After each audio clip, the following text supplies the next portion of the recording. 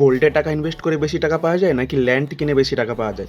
Suppose তুমি job বা ব্যবসা করে কিছু টাকা জমিয়েছো, তো সেটা যদি তুমি সোনায় ইনভেস্ট করে বেশি রিটার্ন পাবে ভবিষ্যতে গিয়ে, নাকি কোনো জায়গা কিনলে বেশি রিটার্ন পাবে? তো ছোট্ট একটা এক্সাম্পলের মধ্যে দিয়ে বোঝাই। 2011 সালে আমাদের আমাদের জায়গা কেনা হয়েছিল 3 ডিসিমিল, যেটা তখনকার ডিসিমিল ছিল 17,000 টাকা, মানে 3 ডিসিমিলের দাম ছিল 50,000 টাকা।